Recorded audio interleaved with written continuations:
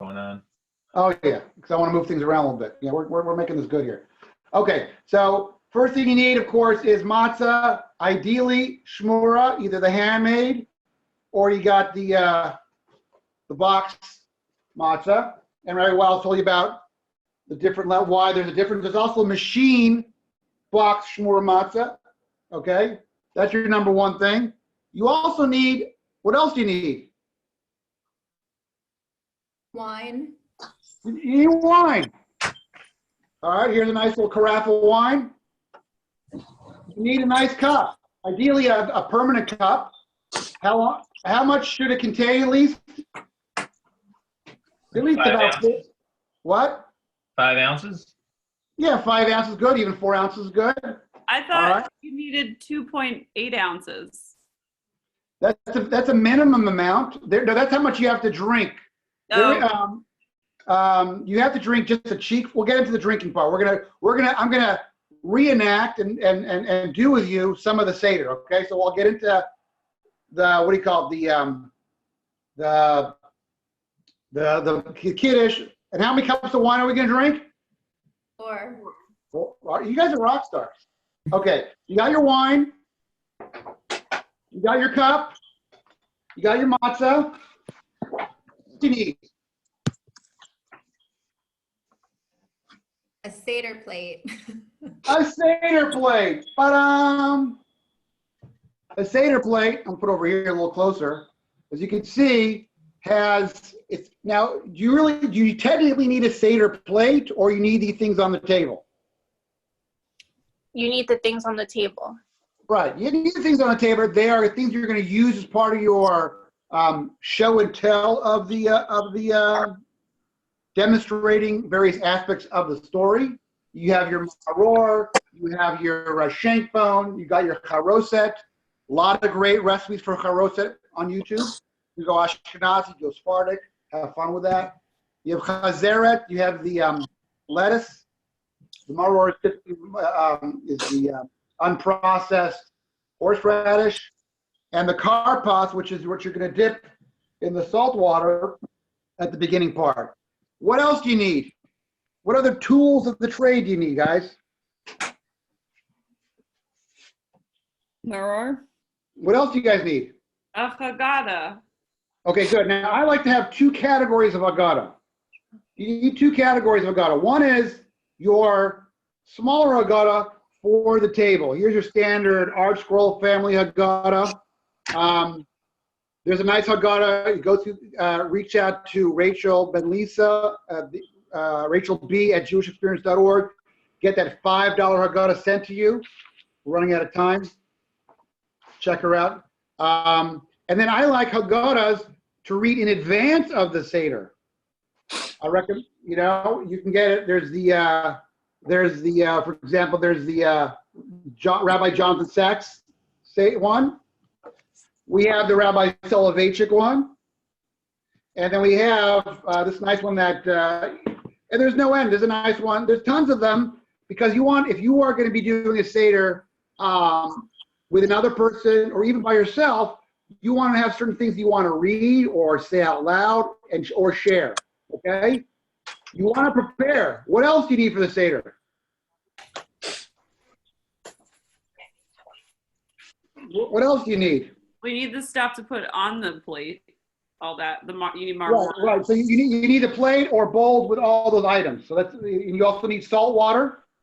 Okay. You need Haggadah. You need the wine. You need the cup. Okay. We actually, since we have children, and if you have a roommate, you want to do something a little more interactive, engaged. You want to have the story in a question ask fashion. You have. You know what this is? A piñata. It's a piñata. We call him Lammy. What we do is that we have open it up in the thing, and then when a kid asks a great question, they get to put their hand in and pull out some chocolate candies. Okay? How cool is that? Everyone's like, hey, Dad, toss me a chocolate. Sure, Shmuel, come on over. Wait a second. All right, my family's coming. This is my wife, Marie. This is one of my sons, Shmuel. Where should I look? Hi. Hi. Okay. We just want to tell you that if you're going to have a last, you have to do a little surgery before the Seder. Okay, because a normal piñata It's has sealed. like an opening, so you have to close the bottom, and then you have to open this with a little scissor, otherwise your hand gets stuck. There you go. Okay. Oh, and you have to take off the ears. Okay. All right. There you have it. So there's different things to engage. You want to goals to cause people to ask questions. Your roommate. We have different props. But that's a. You know. All right. Guess which. All right. Here's a little guess. Guess what this is for.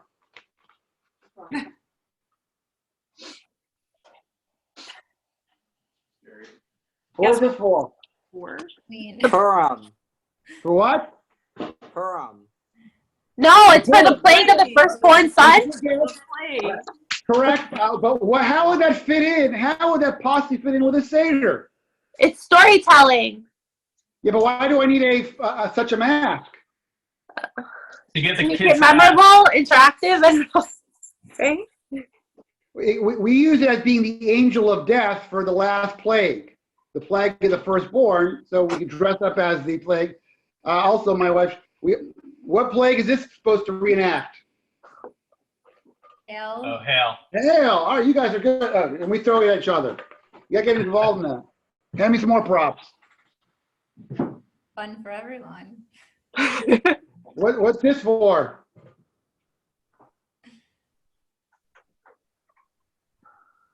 For Pesach, guys, for Pesach.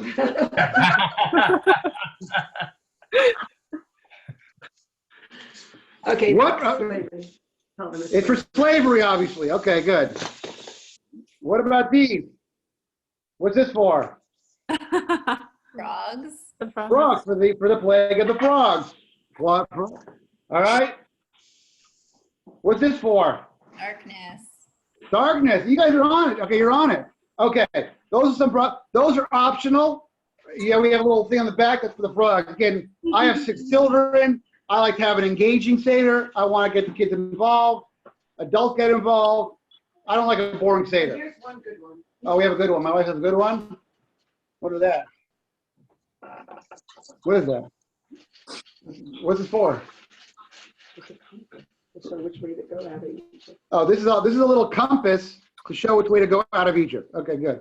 All right, we have all kinds of shtick. Oriental trading. Now, all right. Also, very important if you have another person at your Seder, I like to monetize, dollarize good questions. So I have this.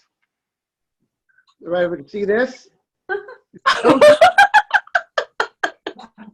right, you see that? All right, good. That is called Seder dollars. My 6 children ask me questions, and depending on the level of question and answer, I give out dollars. Seder dollars. Yeah, everybody gets. And then after Yontif, after the holiday's over, I cash in for American dollars, 1-to-1. Happy to do it. Coupons also. All right, that's a little bonus. Then I have a bonus round. You can pick out if they ask a very good question. They got a little thing here. Look at this one. Can you read this? Shopping on Amazon. How much? $20 Seder dollars. Nice. Yes, you can trade that. That's it. So that's awesome. That's for a super duper question. Right.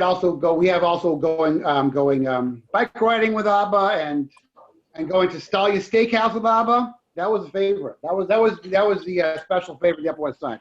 All right. I digress. So let's. I want to. Okay. So here's. I want to frame out what we want to accomplish tonight. I don't have much time. We started very late. I lost 15 minutes from the other class, but okay. If you're with another person, the goal is to have an engaging conversation, okay? And if you're leading the Seder, you want to know what's going on, so I'm going to try to do that. So, but we always want to start with the goal in mind. What really is, what are we trying to accomplish? Yes, we're going to have the 4 cups. We're going to eat matzah. We're going to eat more. We're going to eat the hill sandwich. We're going to have a festive meal. We're going to have the afikomen.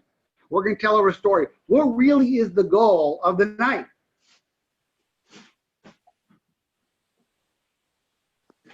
the goal of the night is telling The goal Seder. telling over the story. Telling over the story, but that's not all. It's telling over a story to a certain degree. Basimcha.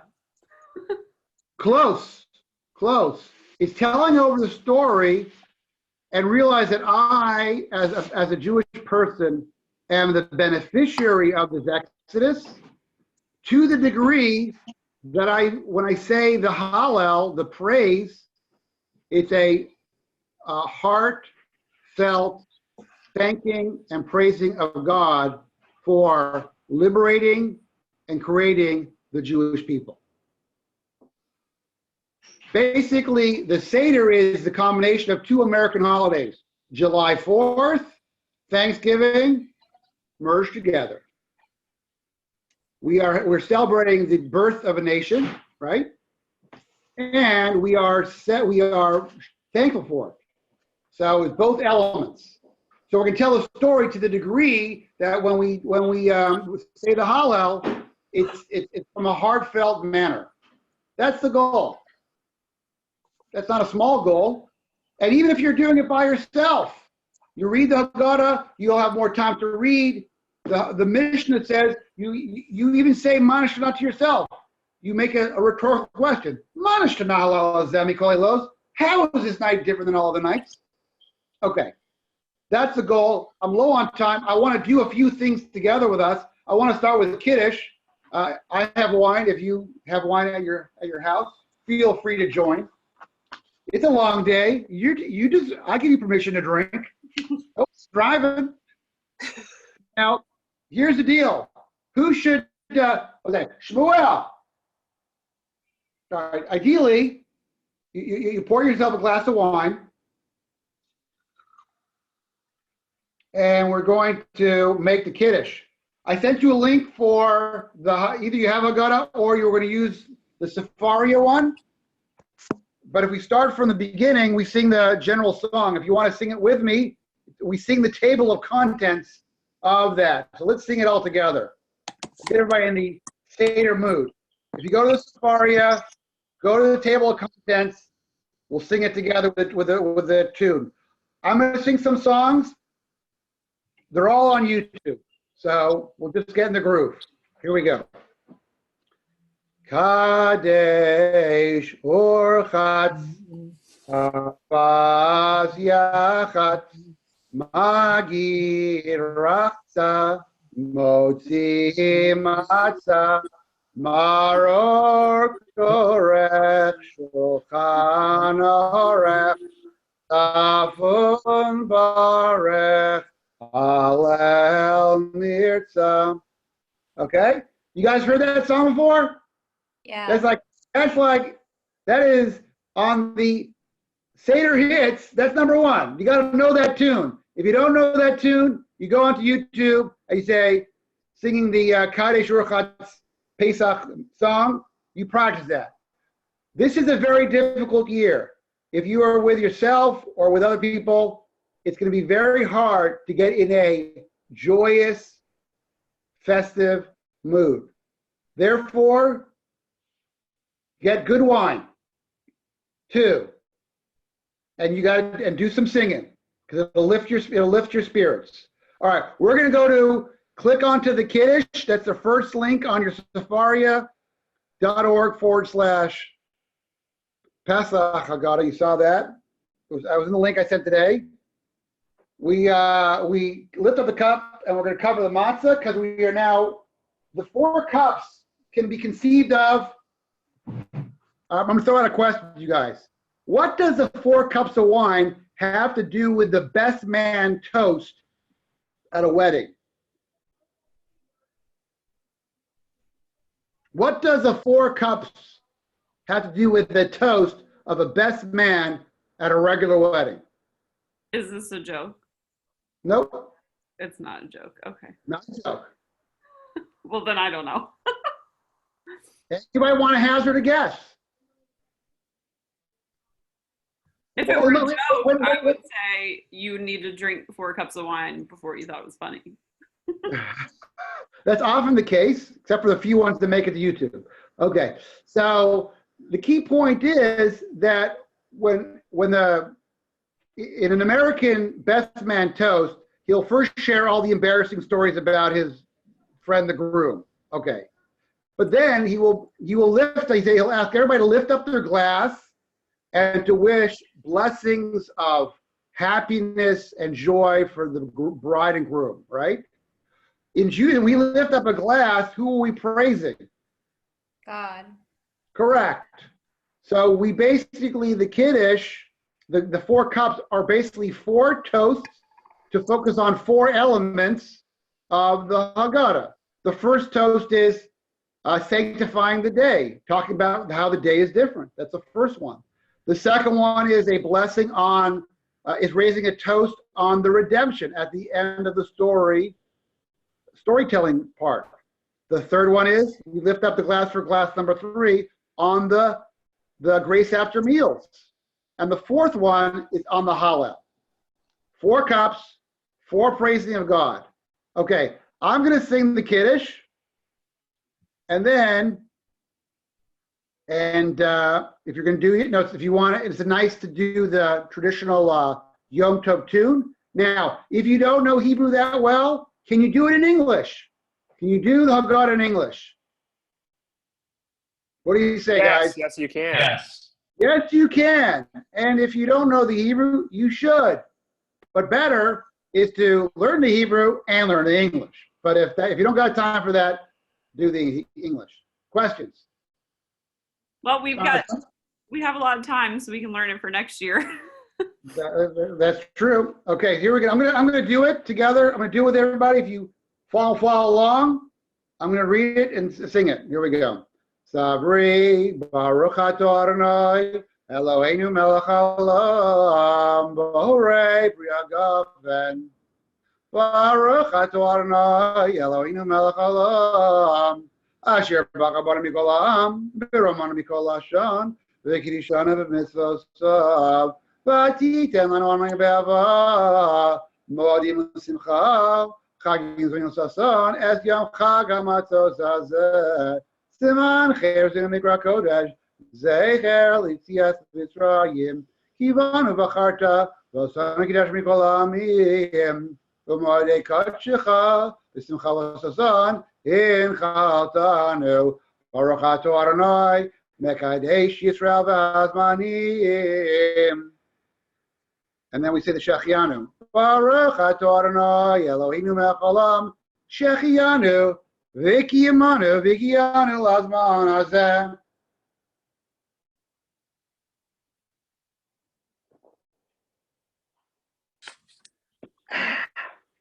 Good stuff. What did I do when I drank the wine? Lean. Lean to the left. Whenever you drink the 4 cups and you eat the matzah, you got to lean to the left. Preferably, you got a nice little pillow over here. You lean because you're demonstrating that we're all free. We're aristocrats. We are chilling like villains. All right? How much of this cup do we have to drink? Half, majority.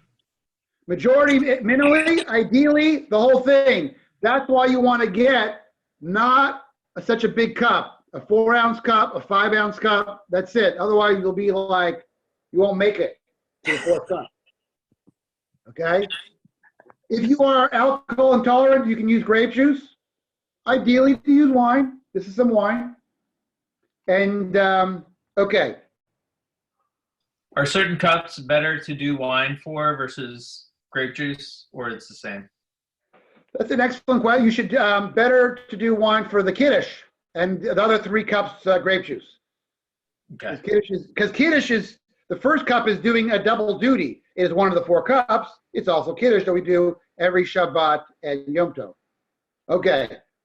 Questions about that? So that's it. We fill up the cup of wine to the top. By the way, not like they pour wine for you at a restaurant, like a little bit more than halfway. Where do you fill a cup of wine in Judaism? The top. To the top. And Havdalah? Over the brim a little. Over the brim. Erica, excellent. Erica? You get the first Seder dollar. Thank you. All right, it's your Seder. What can I tell you? All right, we're rocking here. Kadesh Urchatz. Urchatz is washing the hands and then dipping the vegetable into the salt water. We make a bar for Yatama. I'm going to skip that. Then we have Yachatz. Does everybody have the Safaria part? Yes. Yachatz? Yes. Okay, good. So you're gonna have 3 matzahs. You're gonna split the middle matzah. I'm gonna break it. The smaller one I will keep. The larger one I'm going to put in. I'm gonna hide it for the kids. It's a device. Hiding the afikoman is a tool to keep the kids up. If you don't have any kids around the Seder, you don't have to do that. You just put it away. Okay. Can I make my parents find the afikoman? Yeah, why not? Living on the edge. Okay. Anything that breeds engagement and involvement is a good thing. Okay. Now,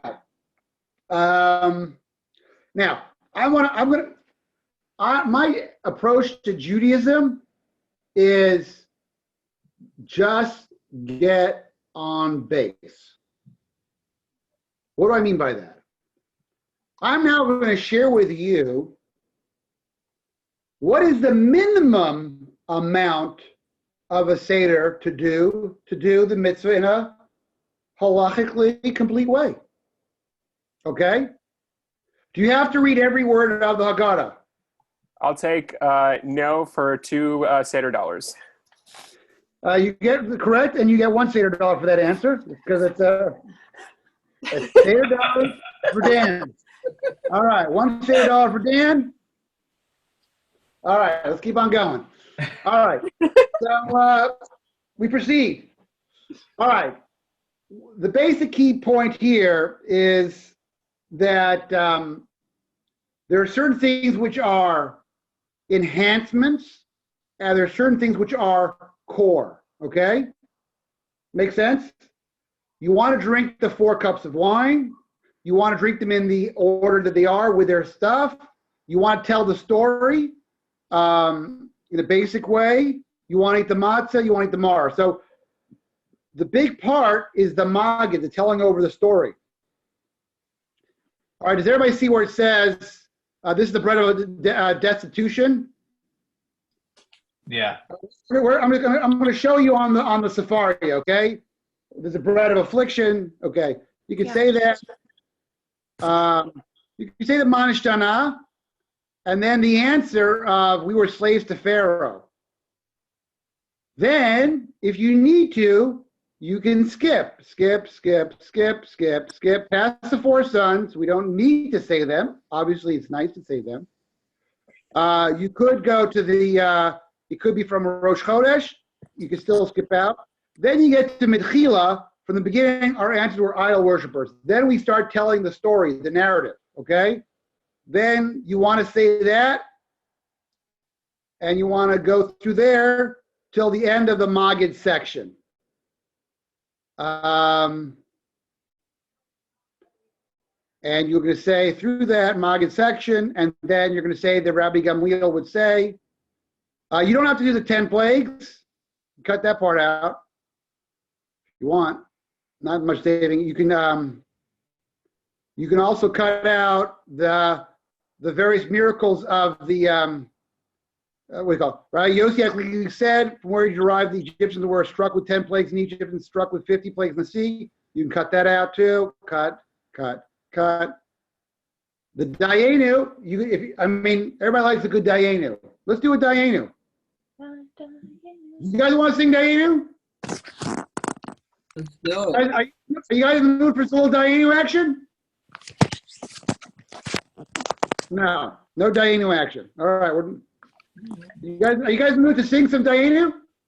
Yes. Yeah. Do it. All right. Die. Hold on.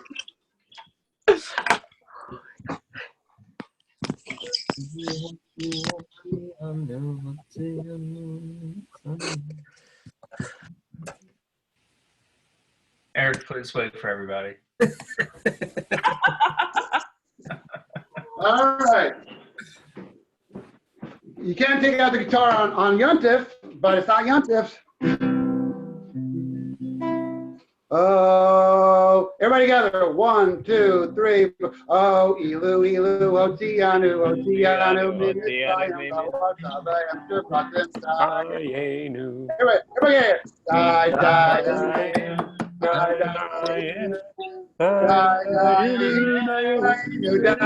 again. Die,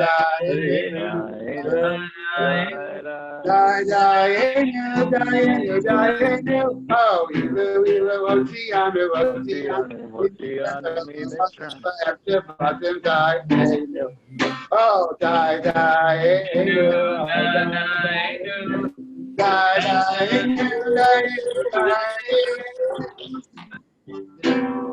all right, we continue. Diana. See, you don't have to say Diana, but who doesn't like a good Diana? We continue. Zipping through the Maggid. All right. Then we get to Rabbi Gamliel, 3 things. This is critical. Rabbi Gamliel was accustomed to say, anyone who's not said these 3 things on Pesach has not fulfilled their obligation. So Pesach Matzah Maror, which means that according to Rabbi Gamliel, the mitzvah was to explain the Exodus via the three primary mitzvahs of the holiday. Okay?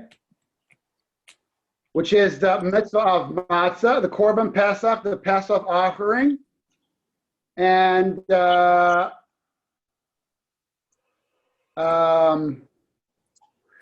maror and the matzah. What are the 3 basic ideas? What is the idea of the Pesach, the Passover offering? For 2 Seder dollars. 2 Seder dollars. What's the idea of the Pesach offering? Like the sacrifices we made in the temple. Well, the Passover offering was slaughtered in the temple, and then the person would take it home, roast it, and the family would eat it as part of their Seder. That was the original Seder. So the Passover offering, because they did that, God passed over their homes in Egypt. The basic idea was that for them was a defining moment when they became Jews. They took the lamb, which was part of the Egyptian system of the gods, put it in front of their house for 4 days, then slaughtered it, roasted it whole, like a big block party, gathered all their family and friends and ate it, which was a great affront to the families, to the Egyptians.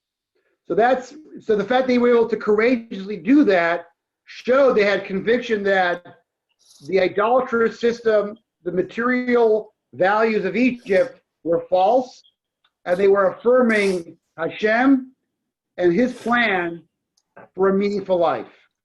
That's the Pesach. What's the maror? What's the maror? What idea is that? Well, after Pesach comes matzah. I'm sorry. What does the matzah represent? The matzah represents how we didn't have time for the bread to rise. We didn't have the luxury of time. We didn't have, yes, I'll take that for 1.5 Seder dollars. Dan, that was a 2 Seder dollar answer. Yes.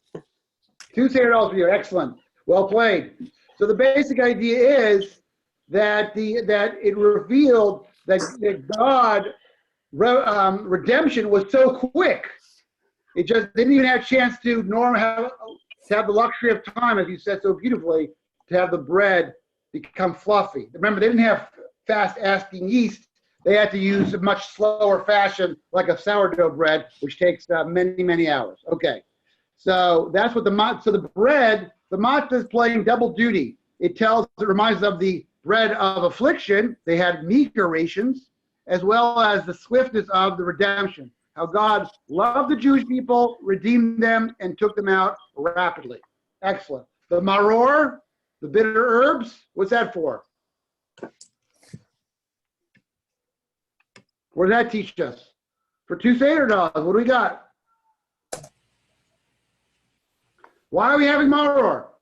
Why are we eating horseradish? To remind us of the mortar and the brick of our works as slaves. It's close. That's why we dip it into the charoset, into the charoset dip. What's the maror for, guys? This is Seder 101. The Bitterness of slavery. The bitterness of slavery. Who said that? Mike. Mike. Excellent. 2 Seder dollars to you, Mike. All right. We continue. So, and it's a bitterness of 2 ways. The Egyptians made it bitter because, first of all, we had to labor in a vigorous fashion. They oppressed us. They took our children, our baby boys, threw them into the Nile, and they didn't allow us to be free to pursue our own idea of what the good of life is. So they completely stripped us of our personal dignity. Not simply working hard per se is not a terrible thing. It was the fact that we did not have the time, luxury to pursue that which is truly valuable. Okay, then let's have somebody read. Every generation, a person is obligated to see himself. Everybody got that part? Scroll down after Gamliel. Everybody got that on the screen?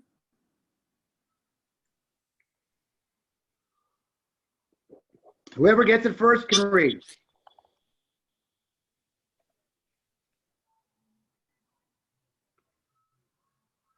Anybody got it on the Sefaria? In every generation, a person is always see himself as if he left Egypt.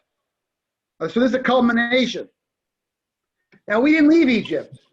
So how can you say you view yourself as if, is it magic? Make believe? What does it mean you have to view yourself as if you left Egypt? What are we trying to say here?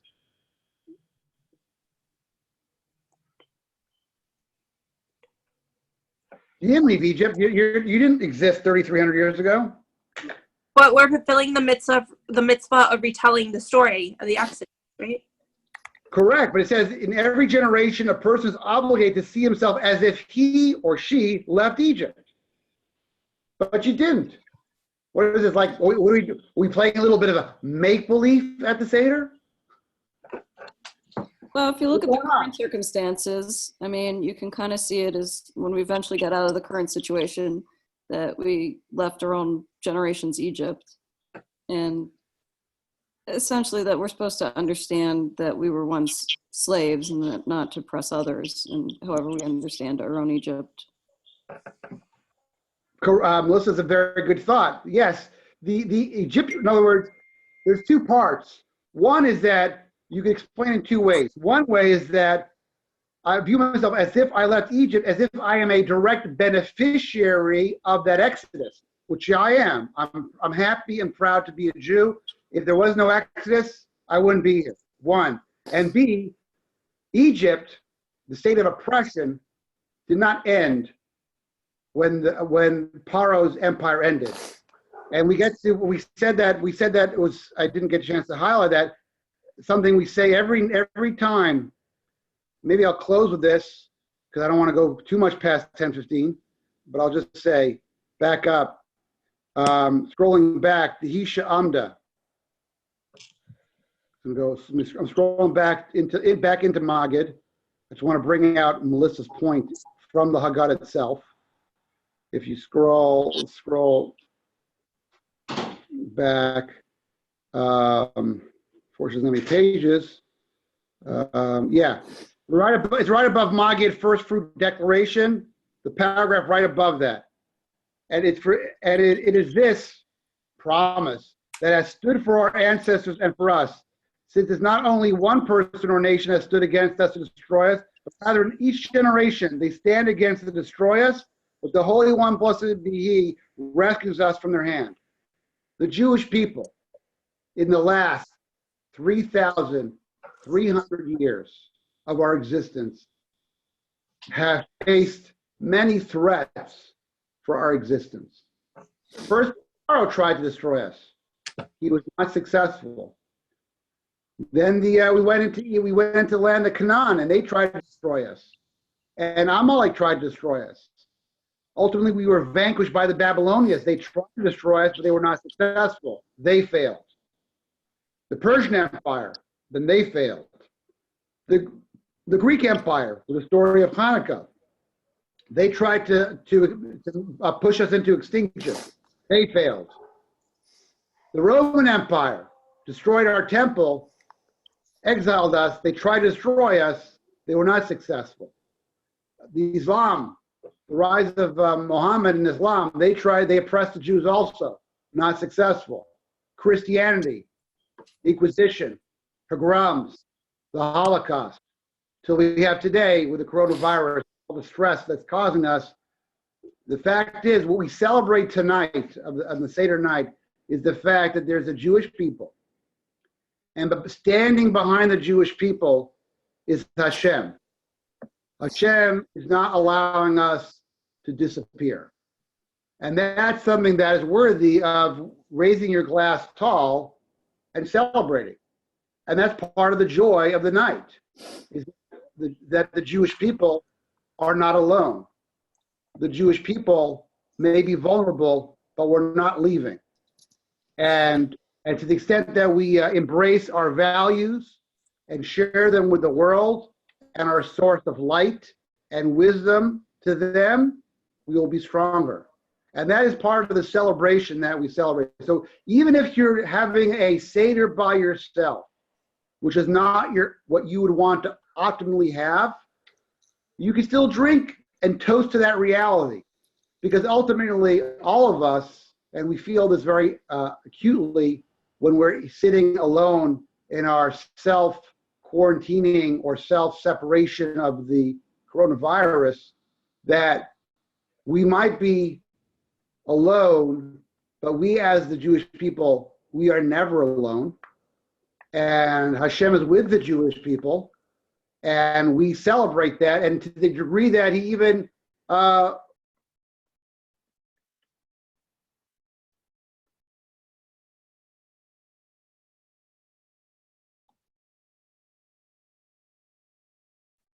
we're still here.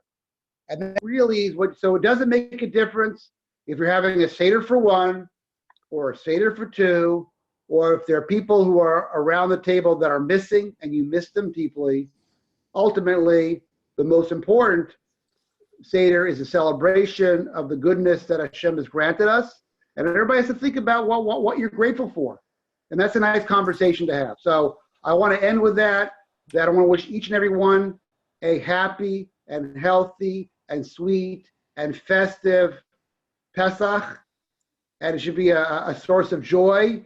And even though that we are, all of us are dealing with tremendous challenges, that we should be able to have a special Pesach. And the fact that you're doing yourself is an act of empowerment, that you now are going to learn to do it better and better. And you'll spend some time looking at the Haggadah in advance. And it will go down. It might not be your favorite Seder that you're going to have, but it will definitely be a Seder that you will never forget. And hopefully it's a moment of reflection and a special time for each and every one of us. So I want to wish you all the very best for a wonderful Yontif, a great Pesach, Chag Kosher B'Sameach. And again, if you have any questions about anything Pesach related or getting ready for the holiday, the best way to grab me is on my WhatsApp chat, which was sent out from the, on the MJE email. If you don't have it, you can send me a email and I will send you a link to it. You can ask me any question about anything, and I do my best to be pretty responsive. Any questions? Okay. So to that I say to you all, I'm going to end the class off with what a Jew should say to another Jew. L'chaim. L'chaim, everyone. L'chaim to life. That background frog looks like it could be coronavirus. There, and I want to keep, keeping in the theme there, Michael. Keeping with the theme. All right, guys. All right. Thanks, Rabbi. Thank you. All the best, guys. Have a great night. Lala Tov.